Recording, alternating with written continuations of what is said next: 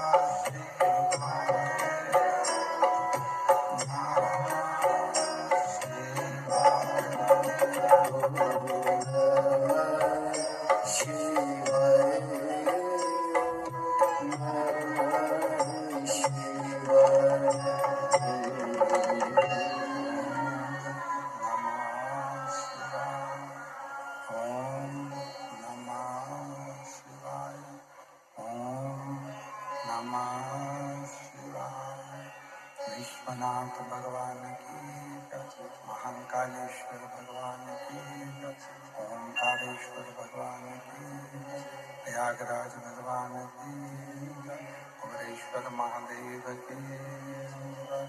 हर हर महादेव, हर हर महादेव, हर हर महादेव, हर। काशी विश्वनाथ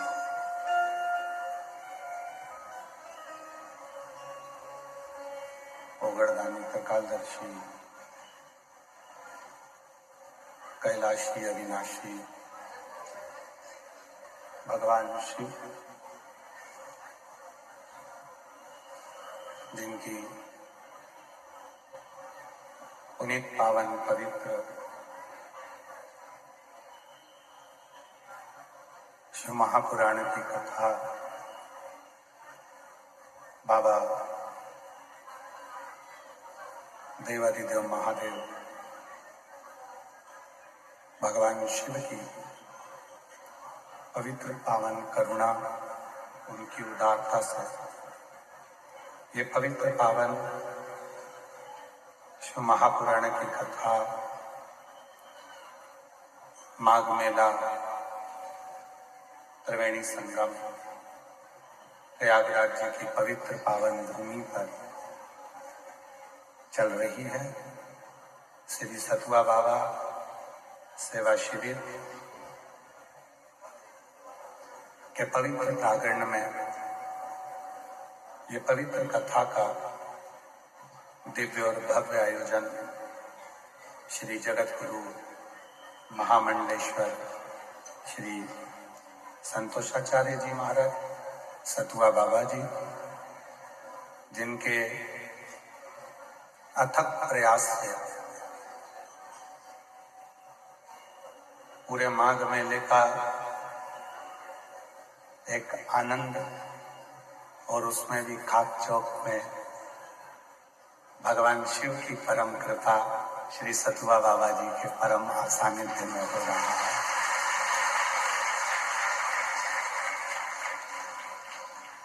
और ये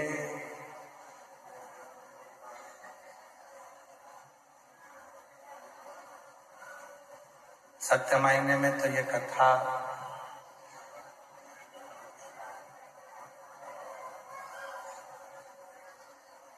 प्रयागराज में होना बड़ा कठिन होता है बाबा जी। मेला हो, कुंभ हो, उसमें पहले से इतने भक्त रहते हैं और ऊपर से पूरी रोडों का चारों तरफ भक्तों का सैलाब इस कथा में है। तो मैं उत्तर प्रदेश के माननीय मुख्यमंत्री जी,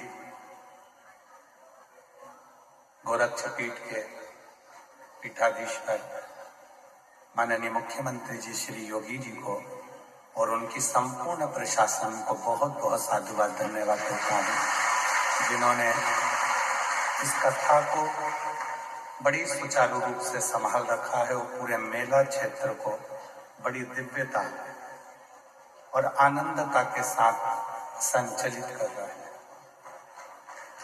एक बार संपूर्ण प्रशासन के लिए जोरदार ताली बजाकर उनके लिए साधुवाद है।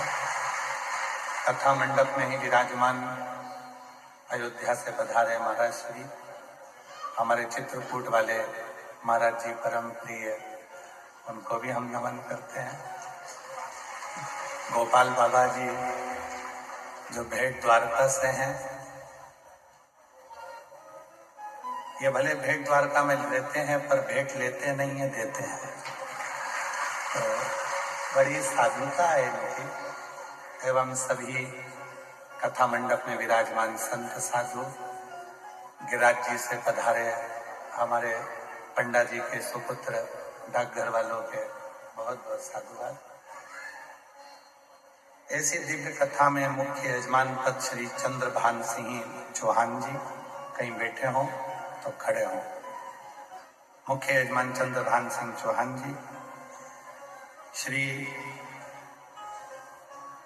सरकार सिंह चौहान जी, श्रीमती थानेश्वरी चौहान जी, स्वर्गीय हीरा देवी की स्मृति में डॉक्टर गजेंद्र सिंह चौहान जी, डॉक्टर अंजू चौहान जी मेरठ उत्तर प्रदेश से हैं।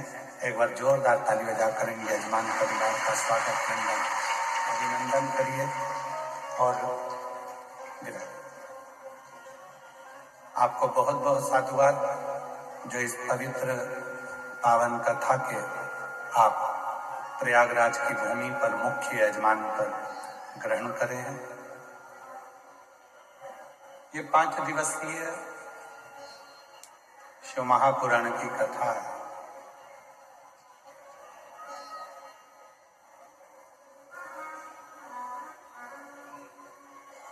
पंच तत्वों में विलीन होने वाले इस शरीर को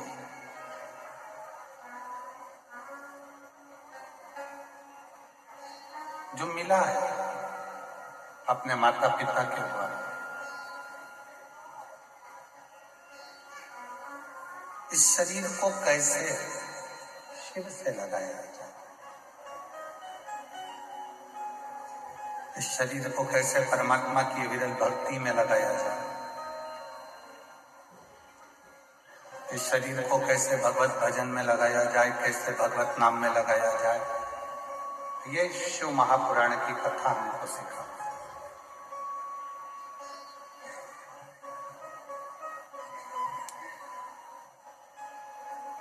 कोई कहते हैं कि शंकर को पूजन करने की अलग अलग विधियां हैं।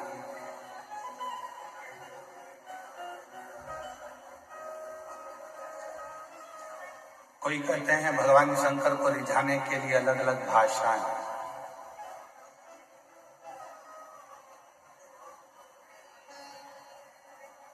पर शिव को रिझाने के लिए एक विधि होती है, एक भाषा होती है। और शिव महापुराण की कथा कहती है कि शंकर भगवान विधि से भी प्रसन्न बहुत बाद में होते हैं और भाषा से भी प्रसन्न बहुत बाद में होते हैं। सबसे पहले शिव प्रसन्न होते हैं तुम्हारे मन की अविरल भक्ति और विश्वास। तुम्हारे भीतर विश्वास कितना है, तुम्हारे भीतर भक्ति कितनी है, तुम्हारे भीतर भरोसा कितना है, दृढ़ता कितनी है, कितना आप भगवान शिव पर विश्वास करते हो, कितना आप शिव जी पर भरोसा करते हो, कितनी दृढ़ता आपकी शिव के प्रति है, कितना भरोसा आपका शिव के प्रति।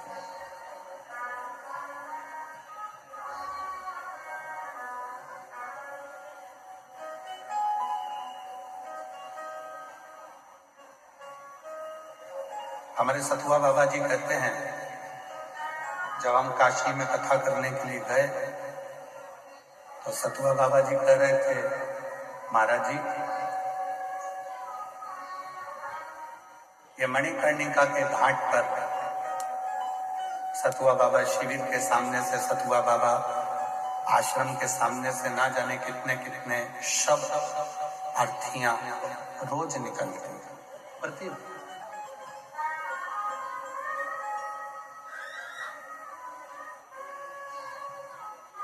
न जाने कितनी अर्थियां प्रतिदिन निकलती हैं।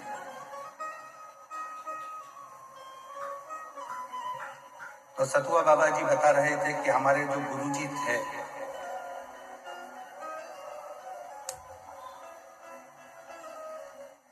पूर्व में जब वो कोई भी अर्थी लेकर आता था और उसके पास में कुछ पाने के लिए नहीं होता था, रोता था, तो बाबा जी नीचे उतरकर उनको सतुआ घोल कर दे देते थे, सतुआ घोल कर देते थे।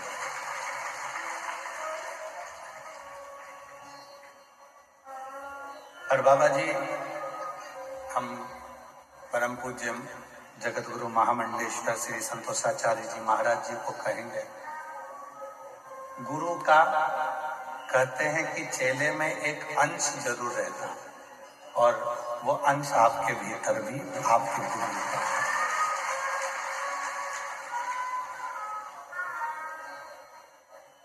कोई भूखा ना रहे। हम ये तीसरी बार यहाँ पहुंचे हैं और तीसरी बार में भी हमने देखा कि बाबा जी अपने कक्ष में तो कम रहते हैं, भोजनशाला में भोजन चल रहा है कि नहीं चल रहा, सामने पंडालों में जाकर उनकी भी टीम को हटाकर उनके भी हाथ जोड़कर कह दिया कि तुम भी भोजन भंडारा चलाओ, जिससे आए हुए शिव भक्त भोजन।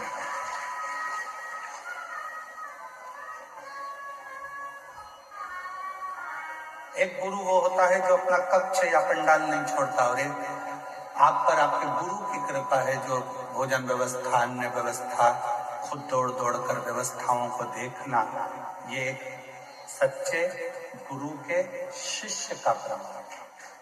सच्चे शिव सिखाते ही है। मेरे शंकर भगवान ना विधि से प्रसन्न होते हैं ना भाषा से प्रसन्न होते हैं।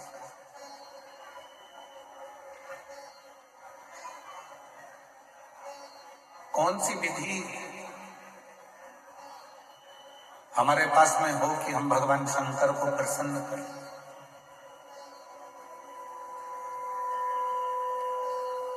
कौन सी विधि हमारे पास में हो कि हम भगवान शंकर को प्रसन्न कर कर उनसे वर प्राप्त करें? कोई विधि हमारे पास में नहीं है कि हम शिव जी को प्रसन्न कर सकें। और कौन सी भाषा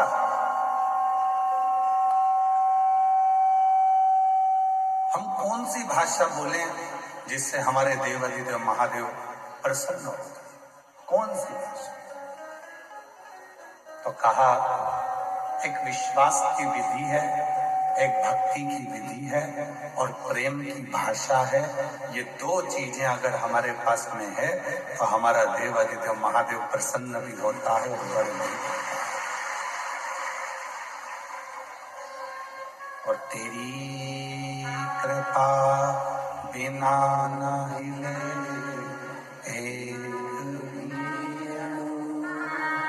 ले कृपा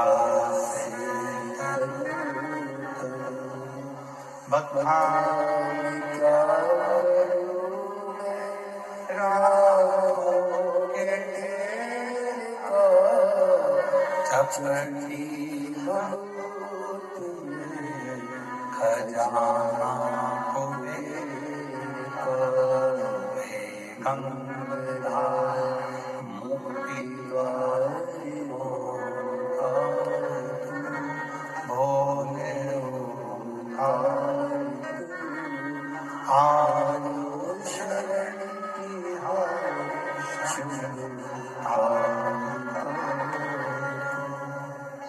शिव एक विधि से प्रसन्न हो जाते हैं, वो विश्वास की विधि है और भक्ति की।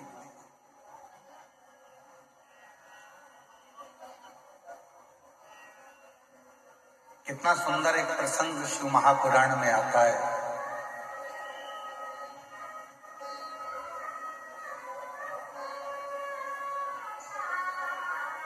उत्तर भारत में एक मनोहरा नाम का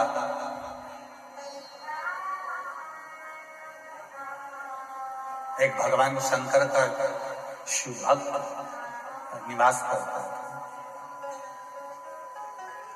शिव भक्त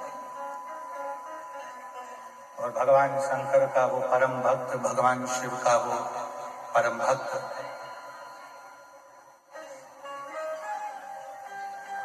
उत्तर भारत में एक मनोहरा नाम का एक शिव भक्त रहता है। और ये उत्तर भारत में ही प्रयागराज की भूमि पर कथा चल रही है। मनोहरा नाम का एक शिव भक्त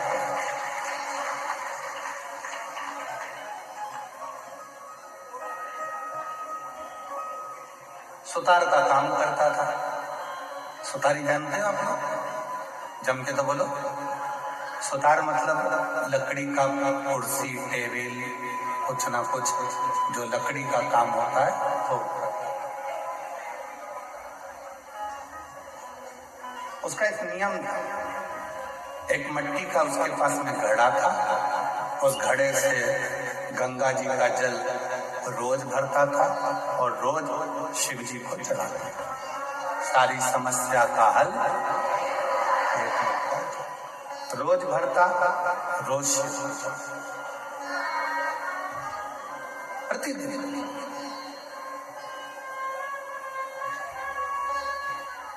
मनोहरा सुतार से उसके जितने भी दोस्त थे, जितने मित्र थे, जितने परिवार वाले थे, जितने कुटुंबी थे और जितने आसपास में रहने वाले लोग थे, वो सब ईर्ष्या करते थे। सब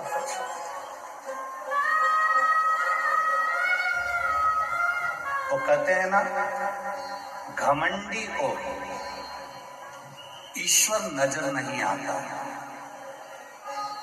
घमंडी को ईश्वर नजर नहीं आता, ईर्ष्यालु को पड़ोसी नजर नहीं आता और क्रोधी को उसका परिवार नजर नहीं आता। कोई घमंडी है, उसके अंदर घमंड भरा हुआ है, उसके अंदर घमंड भरा पड़ा है, तो उसको ईश्वर नजर नहीं आएगा। तो घमंड उसके अंदर यदि भरा पड़ा हुआ है तो उसको ईश्वर दिखेगा ही नहीं।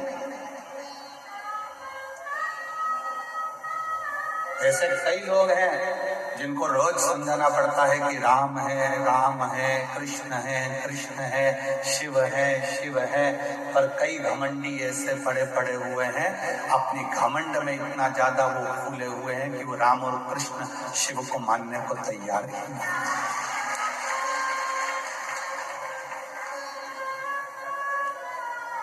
घमंडी को ईश्वर नहीं दिखता, ईर्ष्यालु को पड़ोसी नहीं दिखता। ईर्ष्या करने वाला कोई व्यक्ति है तो उसके पड़ोस में अगर कोई रह रहा है तो वो दिन रात ईर्ष्या करता रहेगा। उसको ये नहीं दिखेगा कि तेरे दुख की घड़ी में वो पड़ोसी आकर खड़ा हो जाता है, पर ईर्ष्या भाई।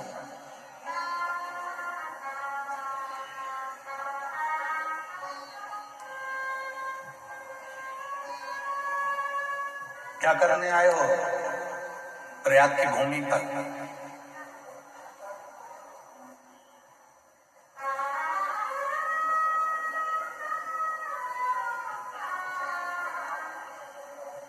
क्या करने पहुंचे हो इस संगम के तट पर?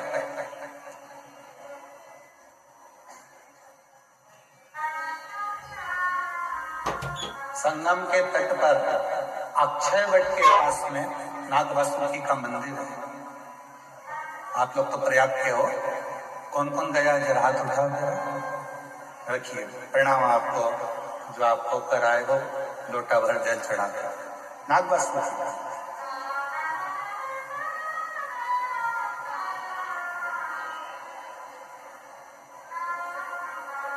संगम के तट पर अक्षय वट के नजदीक में नाग वासुकी का मंदिर है। क्या करने के लिए हम आपसे पूछ रहे हैं? वैसे कि वैसे ही इंद्र ने नाग वासुकी से पूछा था, जो भगवान शंकर के गले में सर्प है वासुकी नाग, उससे पूछा था कि तुम त्रिवेणी के संगम पर क्यों आए? जो इंद्र ने पूछा था, जो गरुण ने पूछा था, जो वरुण ने पूछा था, जो देवताओं ने पूछा था, आज वो प्रश्न हम भी आपसे पूछते हैं कि तुम संगम के तट पर क्या करने के लिए?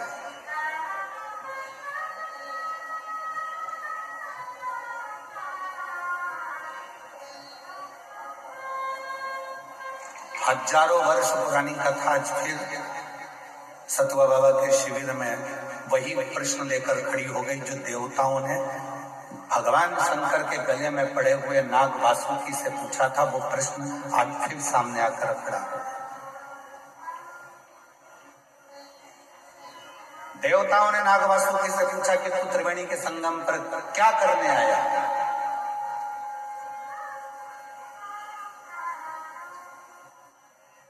क्या करने के लिए आए?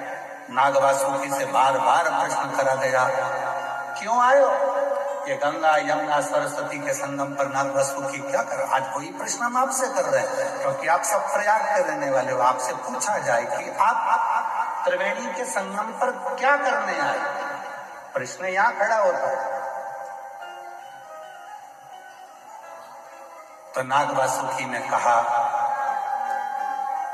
मंथन के समय पर मेरा शरीर पूरा की पूरा कष्टप्रद हो गया है, शरीर में से रक्त निकल रहा है, मेरे शरीर की एक एक नस नस टूट चुकी है, क्योंकि मैंने जब मंथन मुझे पकड़ कर करा गया तो पर्वत के घर्षण से मेरा शरीर पूरा टूट चुका है।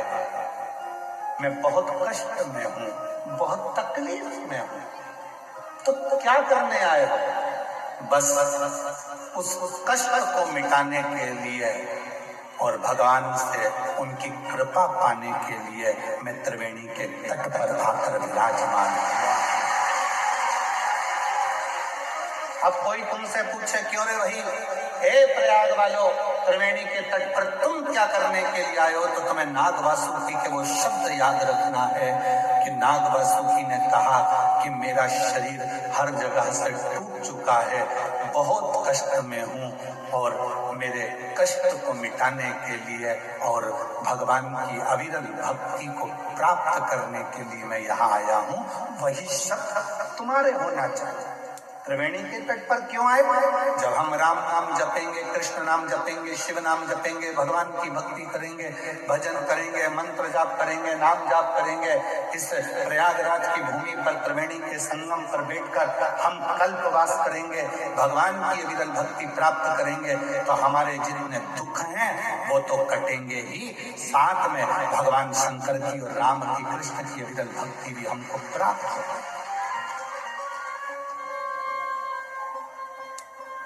हम क्या करने के लिए?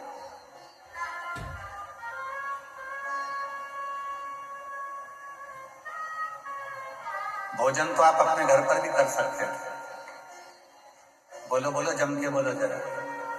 और जितनी भी मेरी जीजी आई है ना, एक खाली हाथ नहीं आई है, घर से कुछ ना कुछ खुरमा, मठरी, चक्की, लड्डू, तिल्ली का कुछ ना कुछ बनाकर लाई है। जैसे ही अंदर देरी होती है निपटा जाती है। बस अपने भाई को नहीं खिलाती है, बाकी के तो निपटा जाती हो।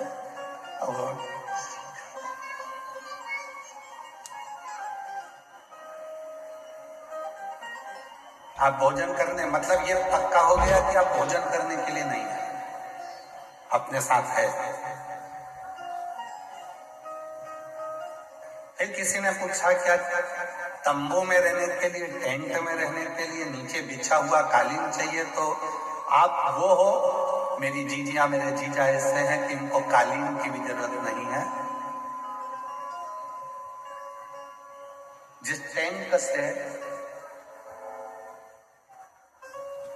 मल साफ होता है उस टेंट पर भी लोग चढ़ चढ़ के बैठे हुए हैं, मतलब आपको आसन से भी मतलब नहीं।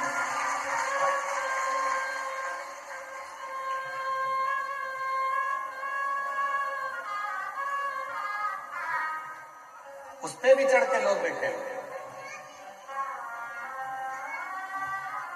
फिर पूछा कि कोई अच्छी जगह मिल जाएगी तो मतलब तुम जानती हो कि शंकर को पाने के लिए जगह नहीं देखी जाती, क्योंकि शिव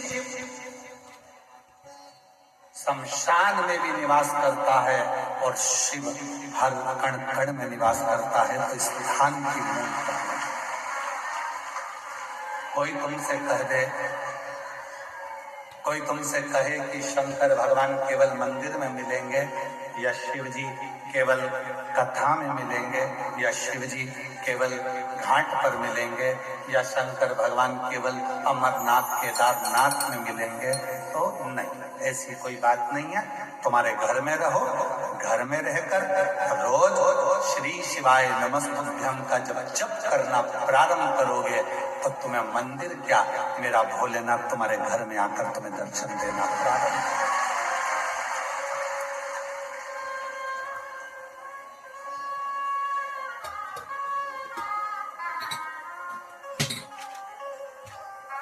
हमारे शैलेंद्र जी एक लाइन बनाते हैं कि मन को बना ले मन में शिवाला, संग चलेगा वो तेरे डमरू,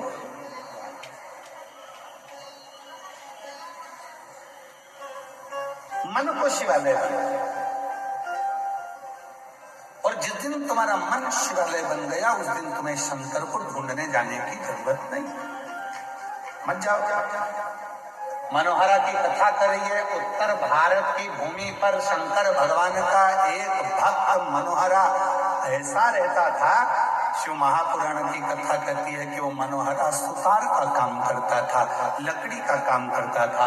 उसके पास में एक मिट्टी का केवल कलश था, लोटा था, पात्र था, जिससे वो शंकर को रोज गंगा का जल समर्पित करता। प्रतिदिन रोज गंगा का जल रोज समर्पित करता था। प्रतिदिन एक दिन धर्म पत्नी चिढ़ होता है ऐसा, पति अच्छा रहता है तो पत्नी थोड़ी सी क्रोधी रहती है, और पत्नी अगर अच्छी है तो पति थोड़ा क्रोधी रहता है। भगवान जब भी जोड़ी बनाता है ना तो बड़ा सोच समझ कर बनाता है। देख लो, तुमको यहीं से मतलब नहीं है, तुम तो त्रेता युग से चालू हो जाओ। राम जी के साथ जोड़ी बनी लक्ष्मण जी, भरत जी के साथ जोड़ी बनी शत्रुघ्न जी, ठीक है, जम के तो बोलो। दोनों की जोड़ी बनाई कि राम जी के साथ में जोड़ी बनाकर रखना है, राम लक्ष्मण की, भरत शत्रुघ्न जी की। और नहीं तो राम जी के साथ में राम जी सरल थे तो भरत जी की जोड़ी बन जाती, दोनों एक जैसे हो जाते, सरल सरल। पर नहीं, एक नम्रता वाले के साथ में एक क्रोधी का होना जरूरी है। राम जी के साथ लक्ष्मण का होना जरूरी है और भरत जी के साथ शत्रुघ्न जी का होना जरूरी, बहुत जरूरी।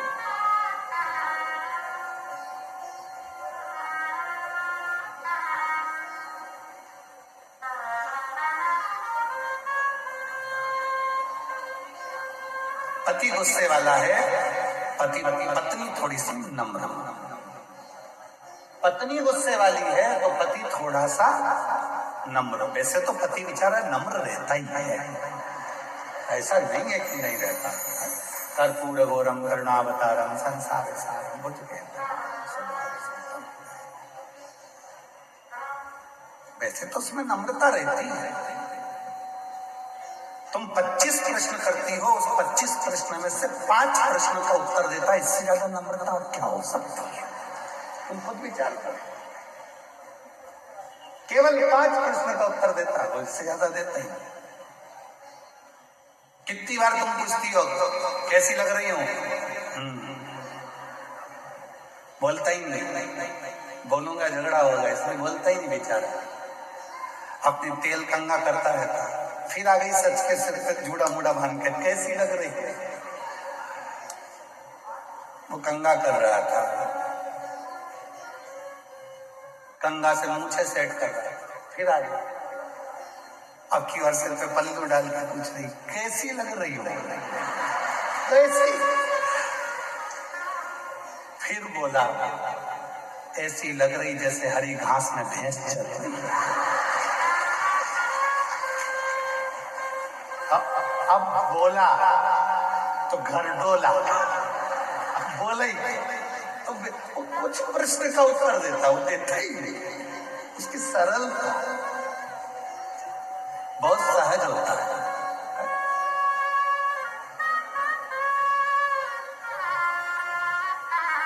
जोड़ी बनी, मनोहरा की जो धर्म पत्नी थी वो थोड़ी सी क्रोधी थी, बहुत तेज, बहुत तेज। कुछ तो भगवान की भी कृपा होती है, जो भगवान के भक्त होते हैं उनकी धर्म पत्नियां थोड़ी तेज होती है। पत्नी अगर भक्त है तो उसका पति तेज होगा, और पति अगर भक्त है तो उसकी पत्नी तेज होगी। पर सतुआ बाबा जी, हम पर भोलेनाथ की कृपा है, हमारी अच्छी है।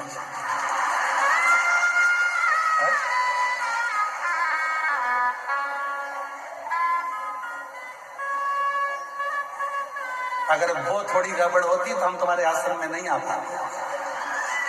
अच्छा, तो ऐसा होता है।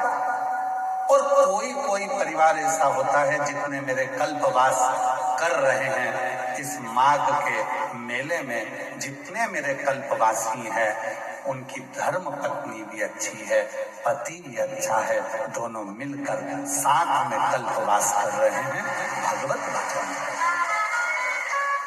कई बहुत बाबा की कृपा से, कहीं शिव जी की बड़ी करुणा है जो ऐसे पति पत्नी है कि दोनों हर साल कल्पवास करने के लिए 1 महीना दोनों रहकर अपने झोपड़े में, अपने टेंट में, पंडाल में भगवत भजन कर भगवान की अविरल भक्ति को प्राप्त कर। अविरल। तो मनोहरा की जो पत्नी थी, मनोहरा की जो पत्नी थी,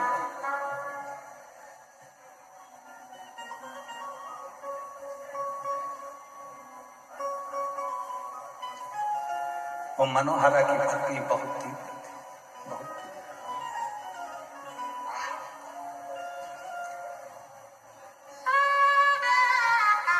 बहुत उठाया उसने। अब की बार पानी का जो घड़ा था, जिस घड़े में वो गंगा जल लेकर शिव जी के मंदिर जाता था, शंकर जी को जल चढ़ाता था, उस घड़े को मनोहरा की पत्नी ने आज तोड़ दिया।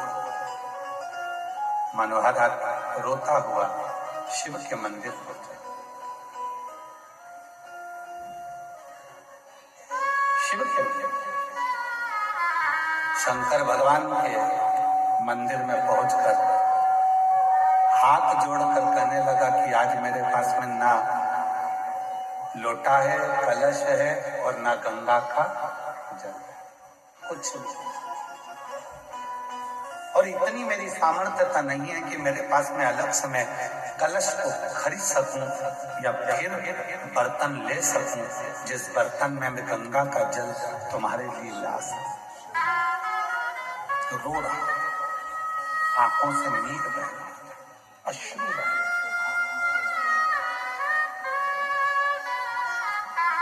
रोते रोते रोते रोते आखिरी में वो शंकर के शिवलिंग से चिपक गया। आंख के आंसू शिवलिंग पर पड़ रहे थे। मनोहरा रो रहा था। जाने लगा रोते रोते शंकर भगवान उस शिवलिंग में से प्रकट होकर मनोहरा का हाथ पकड़कर खींच लिया। हाथ पकड़कर खींचा मनोहरा का, और बाबा भोलेनाथ से मनोहरा ने कहा कि रोज गंगा का जल लेकर आया, पर इतने सालों में कभी तो प्रसन्न नहीं हुआ, प्रकट नहीं हुआ, आज कैसे प्रकट हो गया? शिव जी कहते हैं, मैं चांदी के या सोने के लोटे से प्रसन्न नहीं होता, मैं तो दिल से चढ़ाए हुए अश्रु के एक बूंद से भी प्रसन्न हो जाता हूँ, जो भाव से मुझे समर्पित किया गया,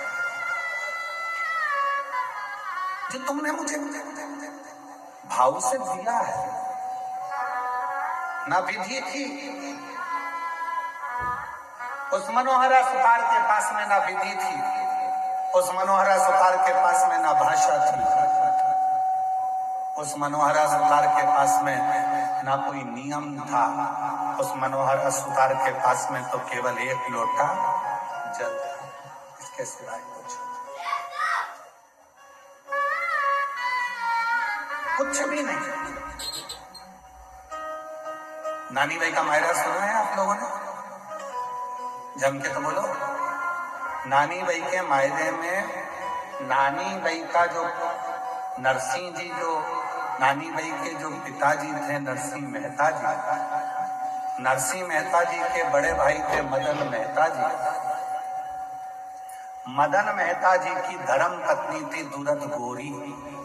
दुरत गोरी इतनी तेज थी कि अपने देवर को, नरसिंह मेहता को, और नरसिंह मेहता की धर्म पत्नी माणिक गोरी दोनों को गालियां देती थी, अपशब्द करती थी, ताने देती थी, आड़ा टेढ़ा करती थी, अपशब्द करती थी। और भाई मदन मेहता जी अपने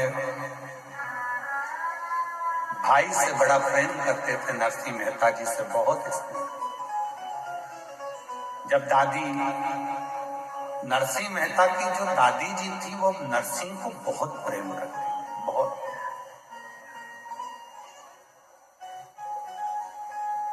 तो माणिक गोरी दादी को स्नेह करती थी, प्रणाम करती थी, पर दुरत गोरी कभी दादी को प्रणाम नहीं करती।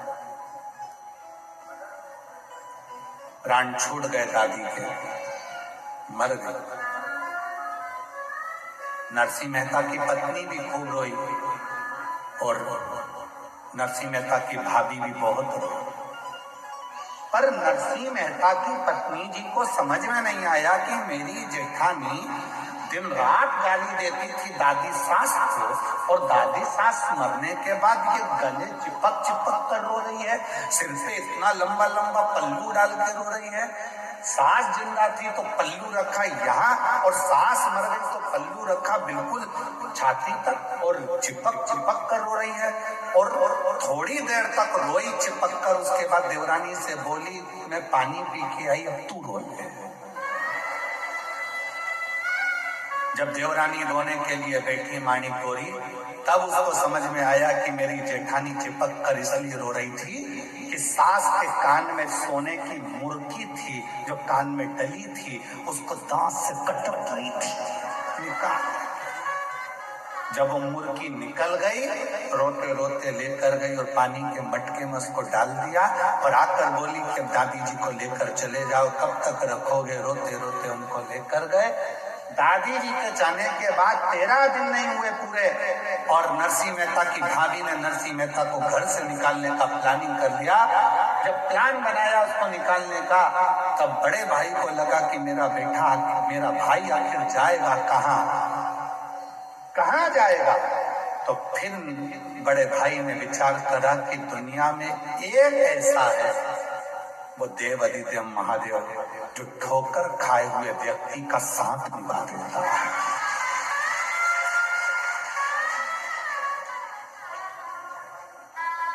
दरबार में भोले बाबा के दुख दर्द मिटाए, दरबार में भोले बाबा दुख दर्द मिटाए, दुनिया के सताए लोग यहाँ, दुनिया के सताए लोग यहाँ, सीने से लगाए, सीने से लगाए।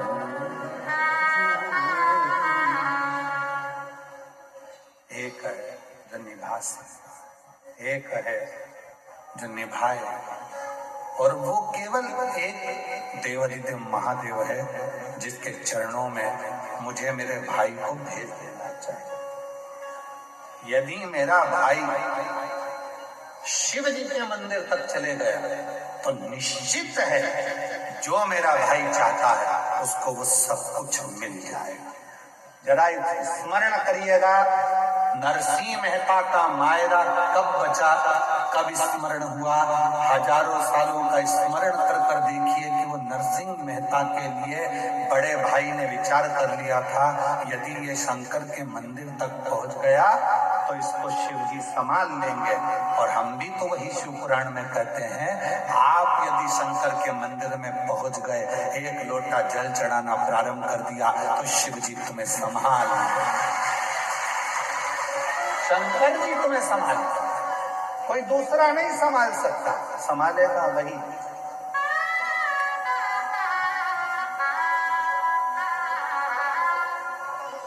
दुनिया के सताए लोग यहाँ, सीने से लगाए, सीने से लगाए, दरबार में डमरू वाले दुख दर्द मिटाए, दुख दर्द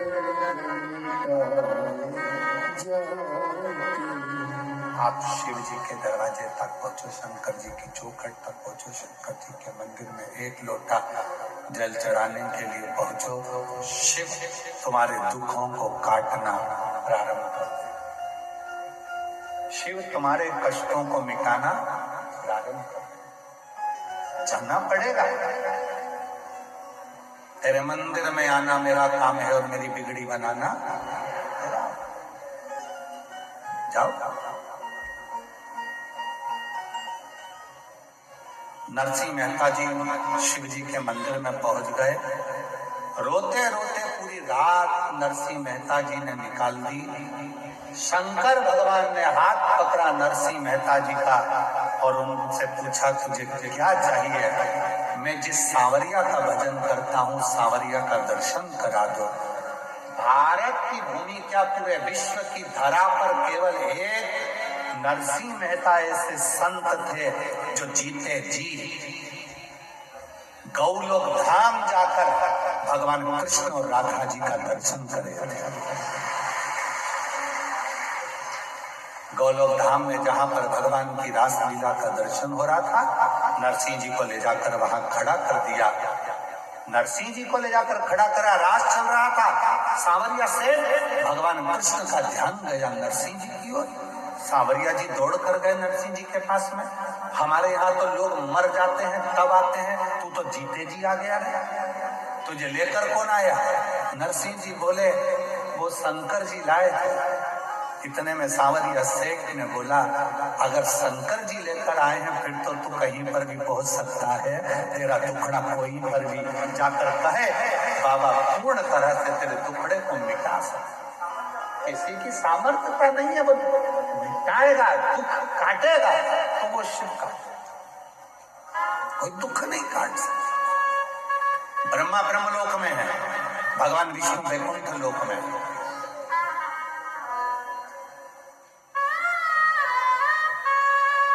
जितने देवता पृथ्वी पर प्रकट हुए सबके जाने की खबर है, सबके जाने का प्रमाण है और सबकी कथा है। पर केवल एक देव ब्रह्मा ब्रह्मलोक में, भगवान विष्णु वैकुंठ लोक में, केवल मृत्यु लोक में एक देव विराजमान है जो देव आदिदेव महादेव विराजमान, जिसके जाने की कथा नहीं है कि शंकर जी कहीं चले गए, शिव जी कहीं पहुंच गए। शंकर के तो यही कैलाश पर, काशी में, सोमनाथ में, मल्लिकार्जुन में, यहाँ तक प्रयागराज की धरा पर भी अगर पूरी भूमि पर, पृथ्वी पर कहीं पर भी घूम कर देख लो, शिव हर जगह मिल जाए। शिव शिव है, वो कहीं नहीं जाता, यही रहता। उसको अपना दुखड़ा आप कर सकते। हमने कभी भी आप लोगों से ये नहीं कहा कि बहुत दूर शंकर जी का मंदिर हो तो वहां जल चढ़ाने जाना। हमने हमेशा आपसे कहा कि आपके घर के पास में जो शंकर जी का मंदिर है वहां एक लोटा जल चढ़ाना प्रारंभ करो। क्यों?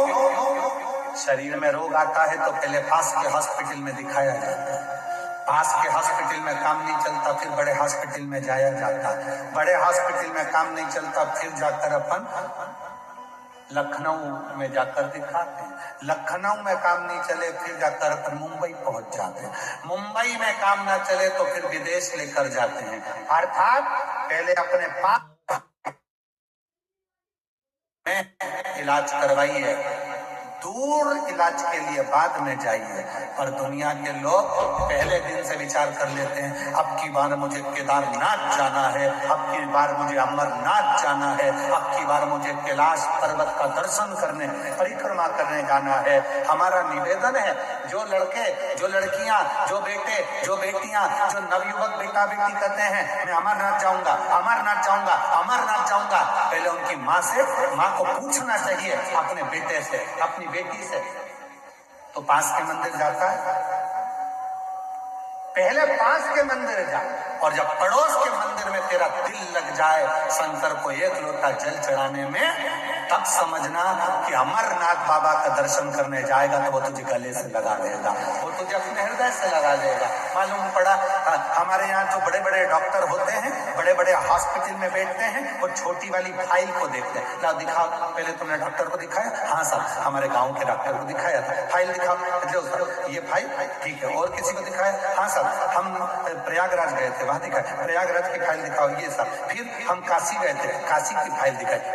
फिर हम मथुरा गए थे, मथुरा की फाइल दिखाई। उसी तरह जब तुम अमरनाथ, केदारनाथ, कहीं उच्च बहुत ऊपर जाकर अगर भगवान का दर्शन करोगे तो वो भगवान भी कहेगा ला जरा फाइल दिखा, कहाँ कहाँ होकर आया है, कहाँ के शिवलिंग पर जल चढ़ाया है, मैं भी तो जानू, तू मेरे करीब में आया, आ मेरे पास नजदीक आ, वो बुझाएगा, वो स्वीकार करेगा। टूट गए।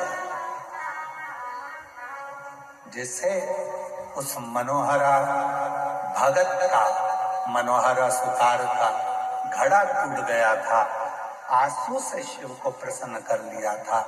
शिव पुराण कहती है, भगवान शंकर की कथा कहती है, शिव तत्व कहता है, शंकर की कथा कहती है, भगवान को दिल से, विश्वास से, भक्ति से रिझाने का प्रयास करोगे तो शिव रीझ जाएगा, भगवान शंकर रीझ जाएगा।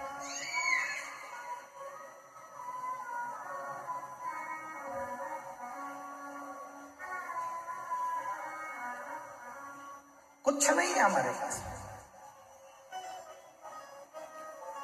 क्या है तुम्हारा? शरीर भी तो तुम्हारा खुद का नहीं है, माता पिता ने दिया। धन कहते हो तुम्हारा है तो वो भी तुम्हारा को किसी न किसी ने दिया। कुछ भी तुम्हारा नहीं है, केवल एक ये आत्मा जो परमात्मा ने खुद ने दी है। इसलिए शिव जी कहते हैं कि मुझे ये वस्तुओं से रिझाने का प्रयास मत करना, मुझे अगर रिझाना तो तेरे मन से।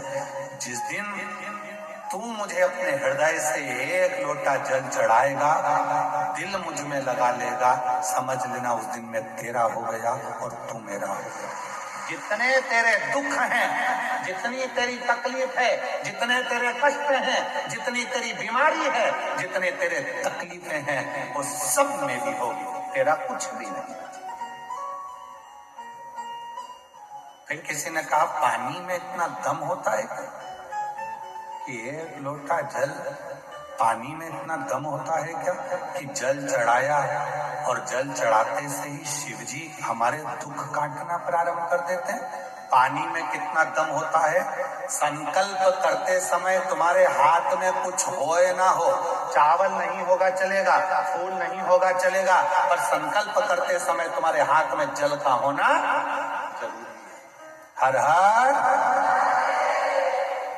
संकल्प करते समय तुम्हारे हाथ में जल का होना जरूरी है। कन्यादान करते समय तुम्हारे हाथ में कुछ भी ना हो, सोने की रकम, चांदी की रकम कुछ भी ना हो चलेगा, पर तुम्हारे हाथ में जल का होना, जब वो जल डाला जाता है तब कन्यादान माना जाता है, जल का होना जरूरी है। उसी तरह जब पिंड किया जाता है, तर्पण किया जाता है, तिलांजलि दी जाती है, उसमें जल का होना जरूरी है। उसी तरह जैसे पितरों को रिझाने के लिए जल, प्रकृति को रिझाने के लिए जल, उसी तरह शिव महापुराण की कथा कहती है अपने दुख को मिटाने के लिए भी एक लोटा जल का होना बहुत जरूरी है।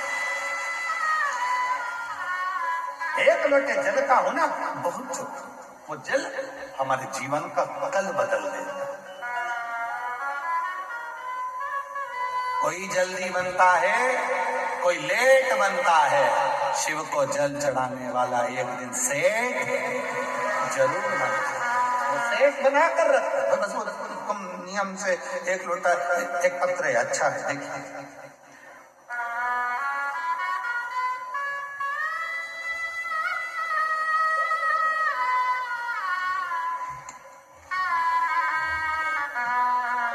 ममता सोनकर, मेरा मोबाइल नंबर ये है, कहीं बैठी हो ममता सोनकर तो हाथ हिला सकती हैं।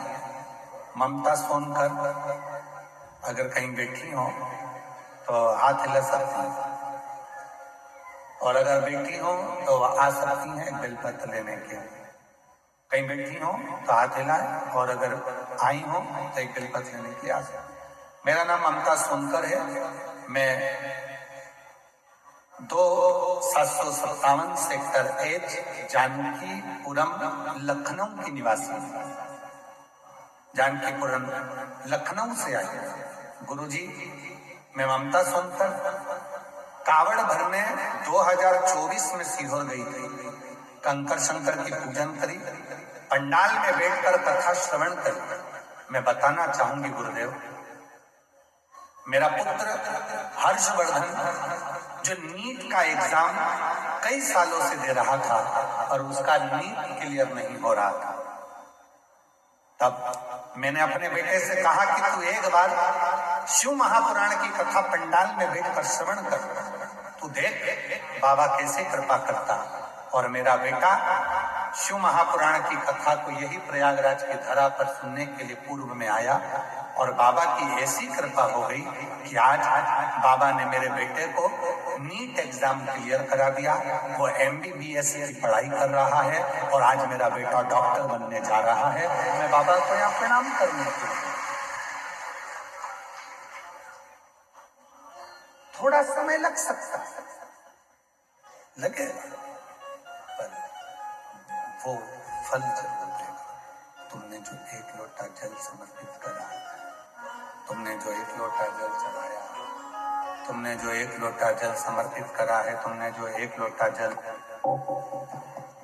चढ़ाया है, उसका फल तुमको मिलेगा।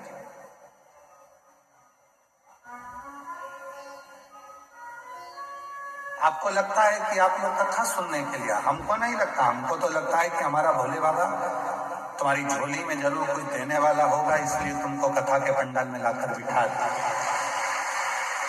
बिठाता ही नहीं, बुलाता ही नहीं। जिसको नहीं बुलाना होता है मेरे भोले बाबा को, तो इस पुल से उस पुल, उस पुल से उस पुल, उस पुल से उस पुल घुमाता रहता है और 4 बजे कथा पूरी हो जाती है, तब वो आकर बैठता। क्यों? कथा थी, हो गई, हो गई। महाराज जी, बाबा जी, आज कोई कह रहे थे, कोई पुलिस वाले भैया कहने लगे पूरा मेला विराम की ओर जा रहा है, पर प्रशासन को समझ में नहीं आ रहा है कि मेला वापिस भरा कैसे, वापिस कैसे भराने लगा। चारों तरफ जिस रोड पर जाओ उस रोड पर शिव भक्त चारों तरफ नजर आ, हर भक्ति, विश्वास। और जितने रोड पर बैठे हैं, रोड के किनारे बैठे हैं, दूसरे पंडालों में बैठे हैं, जहां जहां बैठकर आप शिव महापुराण की कथा को श्रवण कर रहे हैं, भले आपको सीवर वाला महाराज दिखे ना दिखे, उससे कोई मतलब मत रखो, आपको तो भोलेनाथ दिखना चाहिए। जहां बैठकर कथा सुन रहे हो, अगर दिल से कथा सुनने के बाद भूमि को नमन कर कर उसकी रज मस्तक चढ़ाकर हृदय से लगाकर जो प्रार्थना करोगे, मेरा शंकर भगवान आपकी झोली में देगा जरूर। आप उससे प्रार्थना। एक पत्र और आया है, देखिए।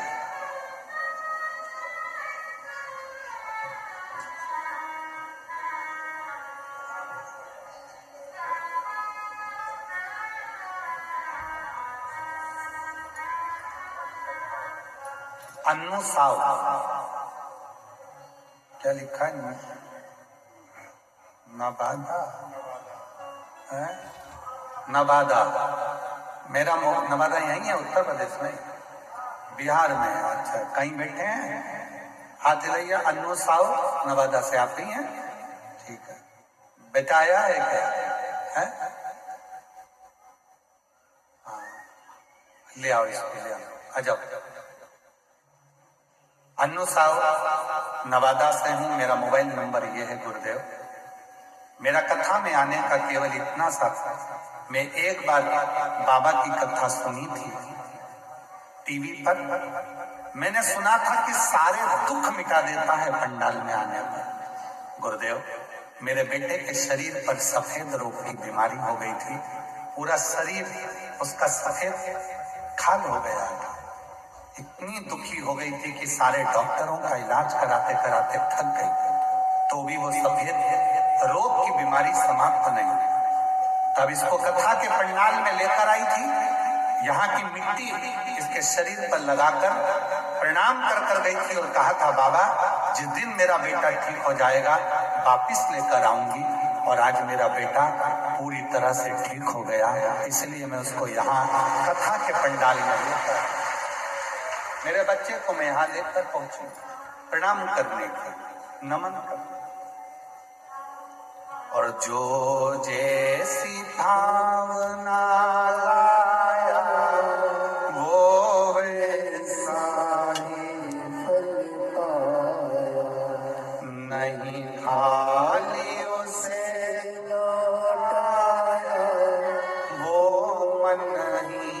मन और कर दिया माला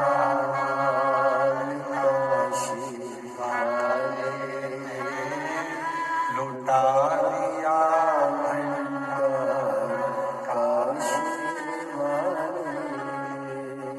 लुटा दिया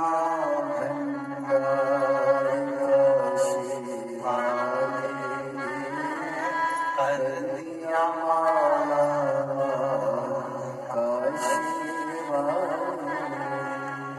तुम जिस भावना से, जिस विचार से, जिस सोच से, जिस मन से शिव को रिझाते, शिव आपको स्वीकार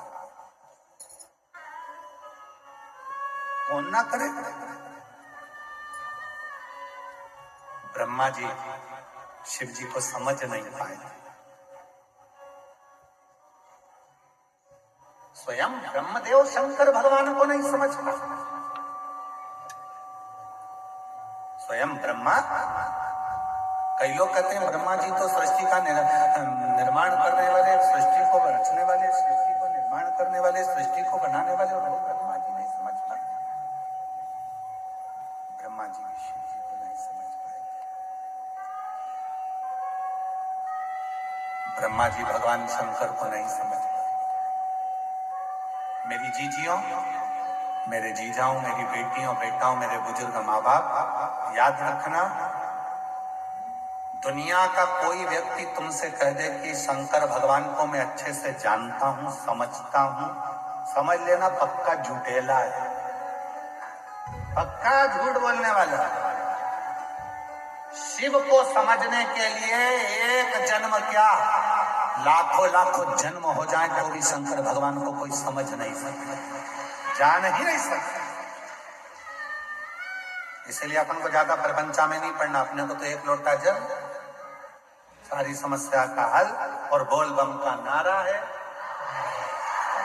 बस। इससे ज्यादा अपने को माथा पच्ची करना भी नहीं है। कोई तुमसे कहे तुम शंकर जी की पूजन को जानते हो, नहीं जानते। शंकर जी का अभिषेक करना जानते हो, नहीं जानते। शंकर जी को रिझाने का कोई मंत्र आता है, नहीं आता। शंकर जी को क्या पसंद है, मालूम नहीं। तो फिर शंकर जी के मंदिर क्यों जाते हो, मिलने किससे, शंकर जी से। तो शंकर जी तुझे देखते हैं क्या, वो देखे चाहे नहीं देखे, मैं तो देखता हूं बहुत। कुछ नहीं आता, कुछ भी नहीं।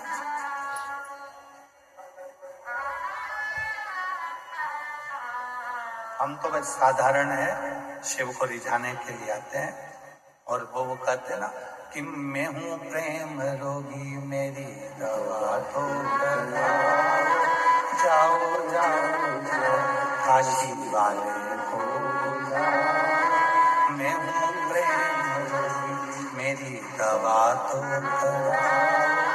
जाओ जाओ जाओ काशी वाले को जाओ। इससे ज्यादा हमें कुछ नहीं आता।